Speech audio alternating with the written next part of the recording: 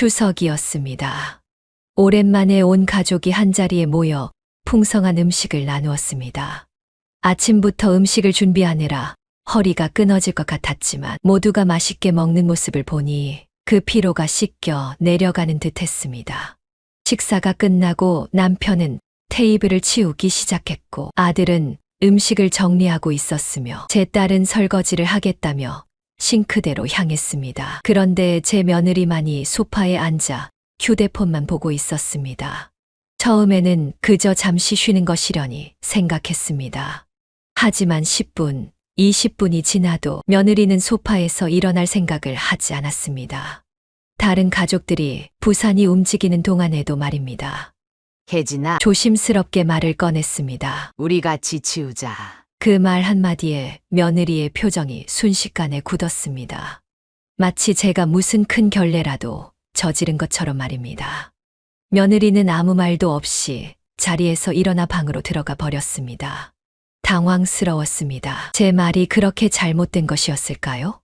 그날 밤 아들과 며느리의 방에서 작은 대화 소리가 들렸습니다. 화장실에 가려고 방을 나서던 중이었는데 며느리의 중얼거림이 제 귀에 꽂혔습니다. 요즘 세상에 며느리한테 설거지 시키는 시어머니가 어디 있어. 어머니도 좀 시대에 맞게 사셔야지. 그 말에 가슴이 찌르르했습니다. 제가 언제 며느리에게 설거지를 시켰나요? 그저 함께 하자고 권유했을 뿐인데 며느리의 말은 마치 제가 며느리를 하녀처럼 부린 것처럼 들렸습니다. 무료 버튼인 구독과 좋아요, 클릭으로 여러분의 마음이 더욱 풍요로워지시길 바랍니다. 침대에 누워 천장을 바라보며 생각했습니다. 제가 정말 구시대적인 시어머니인가요? 아니면 요즘 세상이 너무 변했나요? 설거지 한마디가 이렇게 큰 죄가 될 줄은 몰랐습니다. 그날 밤 잠을 이루지 못했습니다. 머릿속에서는 계속 며느리의 말이 맴돌았고 가슴 한편에는 깊은 상처가 생겼습니다. 며느리 혜진이가 처음 우리 집에 인사를 왔던 날을 기억합니다. 그날 며느리는 환한 미소로 제게 말했습니다. 어머님, 걱정 마세요. 저 정말 딸처럼 잘할게요. 그 말에 제 마음은 녹아내렸습니다. 아들이 좋은 사람을 만났구나 싶었지요. 결혼 준비 과정에서도 며느리는 늘 밝게 웃으며 제게 다가왔습니다. 그래서 저도 정말 딸처럼 며느리를 대했습니다. 음식 취향을 물어보고 좋아하는 반찬을 챙겨주고 때로는 작은 선물도 사주었습니다. 그런데 결혼 후 시간이 지날수록 며느리의 딸처럼 하겠다는 그 말의 의미가 달라진다는 걸 느꼈습니다. 진짜 딸이라면 엄마가 힘들까봐 도와주고 집안일도 같이 하고 서로의 마음을 헤아려 주겠지요. 하지만 며느리의 딸은 달랐습니다. 그녀에게 딸처럼 한다는 것은 제게 어려워하지 않고 요구는 많이 하면서도 정작 도우려는 마음은 없는 그런 자기중심적인 의미였습니다. 마치 자신이 이 집의 공주님이라도 된 듯이 말입니다. 한 번은 제가 감기에 걸려 몸살로 고생하고 있을 때였습니다. 며느리가 우리 집에 놀러 왔습니다. 저는 겨우 몸을 일으켜 차라도 대접하려 했는데 며느리는 오히려 제게 물었습니다. 어머님, 오늘 김치찌개 해드실 수 있으세요? 제가 너무 먹고 싶어서요. 그 순간 제 마음 한구석이 싸늘하게 식었습니다. 엄마가 아프다는데 딸이라면 그럴 수 있을까요? 오히려 제가 끓여드릴게요 라고 말하는 게 진짜 딸 아닐까요? 어느 날 저는 용기를 내어 며느리에게 말했습니다. 혜진아, 내가 딸처럼 하겠다고 했는데 진짜 딸이라면 엄마 힘들까봐 도와주지 않을까? 그게 진짜 딸이야. 며느리는 잠시 당황한 듯 했지만 곧 표정을 바로 하고 대답했습니다. 저도 어머님 도와드리고 싶은데 요즘 너무 바빠서요. 다음에는 꼭 도와드릴게요. 그 다음에는 결코 오지 않았습니다. 아들이 갑자기 저희 집을 찾아왔던 날을 잊을 수 없습니다. 그날 아들은 며느리의 임신 소식을 전했습니다. 기쁨보다는 당혹감이 먼저 들었습니다. 두 사람은 아직 결혼도 하지 않았는데 말입니다. 엄마, 우리 결혼 좀 서두르려고요. 혜진이가 벌써 2달째예요. 그렇게 결혼 준비가 급하게 시작되었습니다. 그런데 이상한 점이 하나둘 눈에 들어왔습니다. 집은 당연히 시댁 몫이었습니다. 아들은 아직 돈이 충분치 않다며 저희 집 근처에 전세를 얻고 싶다고 했습니다. 그리고 혼수는 아기가 혼수라며 생략되었습니다. 며느리의 부모님을 만났을 때도 왠지 모를 거리감이 느껴졌습니다. 그들은 딸의 결혼보다는 사위 집안의 경제력에만 관심이 있는 듯 했습니다. 그리고 놀랍게도 그들은 제게 이렇게 말했습니다. 우리 희진이가 아이를 낳으면 좀 봐주세요. 요즘 젊은 사람들 경제활동해야 하니까요. 그 말에 저는 마음속으로 생각했습니다. 아직 결혼도 하지 않았는데 벌써 손주 육아까지 계획하시나요? 결혼식 날 저는 문득 깨달았습니다. 이건 결혼이 아니라 계약이구나. 며느리에게 우리 가족은 그저 경제적 안정과 육아 도우미를 제공해 줄 수 있는 존재에 불과했습니다. 며느리의 요구는 많았지만 정작 가족으로서 책임지려는 태도는 찾아볼 수 없었습니다. 결혼 후 첫 명절 때였습니다. 저희 집에서 모두 함께 식사를 하는데 며느리는 음식을 차리는 내내 거실 소파에 앉아만 보고 있었습니다. 제가 좀 도와줄래? 라고 물었을 때 그녀는 피곤하다며 거절했습니다. 그런데 식사가 끝나고 설거지를 할 때는 자기 부모님에게 전화를 걸어 즐겁게 웃으며 이야기하고 있었습니다. 피곤함은 온데간데 없이 말입니다. 그날 밤 남편에게 물었습니다. 여보, 우리 며느리가 좀 이상해요. 진짜 가족으로 생각하는 걸까요? 남편은 한숨을 쉬며 말했습니다. 요즘 젊은 사람들은 다 그래요. 너무 신경 쓰지 마세요. 하지만 저는 그렇게 생각할 수 없었습니다. 가족은 서로 도우며 살아가는 것이니까요. 결혼한 지 반년이 지났을 무렵 며느리의 배는 불러오고 있었고 며느리의 요구사항도 점점 늘어갔습니다. 매주 주말이면 우리 집에 와서 반찬을 싸갔습니다. 처음에는 기꺼이 해주었습니다. 임신한 며느리를 위해서라면 무엇이든 할 수 있다고 생각했으니까요. 그런데 시간이 지날수록 이상한 점을 느꼈습니다. 며느리는 반찬을 가져갈 때마다 어머님, 이것도 주세요. 저것도 주세요. 라고 했지만 한 번도 고맙다는 말을 하지 않았습니다. 마치 그것이 당연한 의무인 양 말입니다. 아이가 태어난 후에는 더 심해졌습니다. 종종 아이를 맡기러 왔지만 그저 아이만 두고 가버렸습니다. 돌봐주는 것에 대한 감사함도 없었고 아이에 대한 설명도 부족했습니다. 그치? 잘 부탁드려요. 라는 한마디와 함께 말입니다. 한 번은 제가 허리가 아파서 누워있을 때였습니다. 그날도 며느리는 아이를 맡기러 왔습니다. 제가 허리가 아프다고 말했지만 며느리의 반응은 의외였습니다. 아, 그러세요? 그럼 오늘은 김치 못 담그시겠네요. 저 김치가 떨어져서요. 그 말에 저는 정말 말문이 막혔습니다. 제 상태는 안중에도 없이 오직 자신의 필요만 생각하는 며느리를 보며 마음속 깊은 곳에서 무언가가 끊어지는 느낌이었습니다. 또 한 번은 제가 김치를 담가서 줬는데 며느리가 전화로 불평했습니다. 어머님, 이 김치 냄새가 너무 강해요. 우리 아기가 냄새 때문에 잠을 못 자요. 마치 제가 일부러 냄새 강한 김치를 담근 것처럼 말하는 며느리의 태도에 상처받았습니다. 힘들게 만든 김치인데 고맙다는 말 한마디 없이 불평만 늘어놓는 모습에 점점 마음이 멀어졌습니다. 그렇게 시간이 흐르면서 저는 깨달았습니다. 딸이라더니 딸보다도 못한 사람이다. 진짜 딸이었다면 엄마의 마음을 헤아렸을 텐데 말입니다. 진짜 딸이었다면 받기만 하는 것이 아니라 때로는 주기도 했을 텐데 말입니다. 그 명절 다음 날 저는 결심했습니다. 더 이상 이렇게 살 수는 없다고 말입니다. 며느리가 또 반찬을 가지러 왔을 때 저는 며느리를 마주보며 물었습니다. 혜진아, 너 진짜 딸처럼 자라겠다고 했지? 며느리는 잠시 당황한 듯 보였지만 곧 고개를 끄덕였습니다. 네, 어머님. 그럼 진짜 딸처럼 잘해보자. 저는 평소와 다른 단호한 목소리로 말했습니다. 며느리의 표정이 미묘하게 변했습니다. 아마도 제 말이 어떤 의미인지 감을 잡은 모양이었습니다. 오늘 반찬 가져가기 전에 설거지 좀 해줄래? 내가 아침부터 반찬 준비하느라 힘들어서. 며느리는 잠시 망설이더니 마지못해 싱크대로 향했습니다. 며느리의 뒷모습을 보며 저는 생각했습니다. 이제야 시작이구나. 그날 이후로 저는 며느리에게 진짜 딸에게 하듯 행동했습니다. 반찬을 가져가려면 설거지를 시키고 심부름도 시켰습니다. 아이를 봐달라고 맡기러 오면 그럼 청소 좀 해줄래? 라고 부탁했습니다. 처음에는 며느리가 너무 당황해했습니다. 아마도 이런 대우를 예상하지 못했던 모양입니다. 하지만 며느리는 거절하지 못했습니다. 왜냐하면 며느리 스스로가 딸처럼 하겠다고 약속했으니까요. 어느 날 며느리가 힘들게 청소를 마치고 소파에 앉아 있을 때 저는 며느리에게 다가가 냉정하게 말했습니다. 이게 진짜 딸한테 하는 거야. 너 그렇게 말했잖아. 진짜 딸이면 이 정도는 당연히 해. 며느리의 눈에 잠시 당혹감이 스쳤지만 며느리는 아무 말도 하지 않았습니다. 그저 고개를 끄덕일 뿐이었습니다. 그렇게 몇 주가 지났습니다. 며느리는 점점 우리 집에 오는 것을 꺼리게 되었습니다.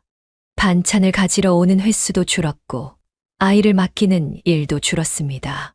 아마도 제 진짜 딸 대우가 며느리에게 부담스러웠던 모양입니다. 한 달쯤 지났을까요? 며느리가 우리 집에 찾아왔습니다. 며느리의 얼굴은 평소보다 창백해 보였고 눈가에는 피곤함이 가득했습니다. 어머님, 저 반찬 좀 부탁드려도 될까요? 저는 고개를 끄덕였습니다. 그럼 먼저 화장실 청소 좀 해줄래? 그리고 빨래도 널어야 해. 며느리의 표정이 굳었습니다. 며느리는 잠시 망설이더니 결국 화장실로 향했습니다. 청소가 끝난 후 그녀는 빨래를 널었습니다. 하지만 며느리의 손은 떨리고 있었고 눈에는 눈물이 고여 있었습니다. 마침내 모든 일이 끝났을 때 며느리는 소파에 털썩 주저앉았습니다. 그리고 갑자기 눈물을 터뜨렸습니다. 어머, 저한텐 너무 힘들어요. 이렇게까지 해야 하나요? 진짜 딸도 이러면 서운할 것 같은데. 그 말에 저는 담담하게 대답했습니다. 그래. 그래서 내가 진짜 딸이랑은 이렇게 안 해. 며느리의 눈이 커졌습니다. 진짜 딸이랑은 차 마시고 쇼핑 가고 고기 사다 줘. 왜냐면 그 애는 엄마를 힘들게 안 하거든. 저는 천천히 계속했습니다. 내 딸은 엄마가 힘들까봐 먼저 도와줘. 청소도 자기가 알아서 하고 설거지도 하고 때로는 반찬도. 그래서 나도 그 애한테 더 잘해주는 거야. 그게 가족이니까. 며느리의 얼굴에서 핏기가 가셨습니다. 아마도 그동안 자신이 어떻게 행동해왔는지 깨달았나 봅니다. 그럼 저는 어떻게 해야 하나요? 저는 며느리의 눈을 똑바로 바라보며 말했습니다. 내가 정말 딸처럼 해주면 나도 너를 딸처럼 대해줄게. 하지만 그게 아니라면 우리는 그냥 시어머니와 며느리일 뿐이야. 서로에게 예의를 지키는 타인처럼. 그날 이후 며느리는 더 이상 딸처럼 하겠다는 말을 하지 않았습니다. 대신 며느리는 이렇게 말했습니다. 그럼 딸처럼 안 할게요. 그냥 며느리로 지내겠습니다. 저는 담담히 답했습니다. 그게 좋겠다. 나는 너한테 엄마가 아니니까, 시어머니니까. 그날 이후로 며느리와의 관계는 확연히 달라졌습니다. 더 이상 억지스러운 가족 흉내는 없었습니다. 우리는 서로를 시어머니와 며느리라는 명확한 관계로 정의했습니다. 처음에는 어색했지만 시간이 지날수록 오히려 편안해졌습니다. 명절에는 며느리와 아들이 짧게 인사만 하고 가게 되었습니다. 제가 억지로 붙잡지 않았고 아들과 며느리도 오래 머무르려 하지 않았습니다. 반찬을 싸주는 일도 더 이상 없었습니다. 대신 며느리는 가끔 선물을 사왔습니다. 그것은 정성이라기보다는 의무감에서 비롯된 것 같았지만 예전보다는 훨씬 나은 관계였습니다. 아이를 봐주는 일도 달라졌습니다. 이제는 제가 보고 싶을 때만 잠시 데려오게 했습니다. 그리고 항상 정확한 시간을 약속했습니다. 2시간만 봐줄게. 라고 분명히 말했고 시간이 되면 아이를 데려가게 했습니다. 남편은 이런 변화에 처음에는 놀랐습니다. 여보, 너무 냉정한 것 아닌가요?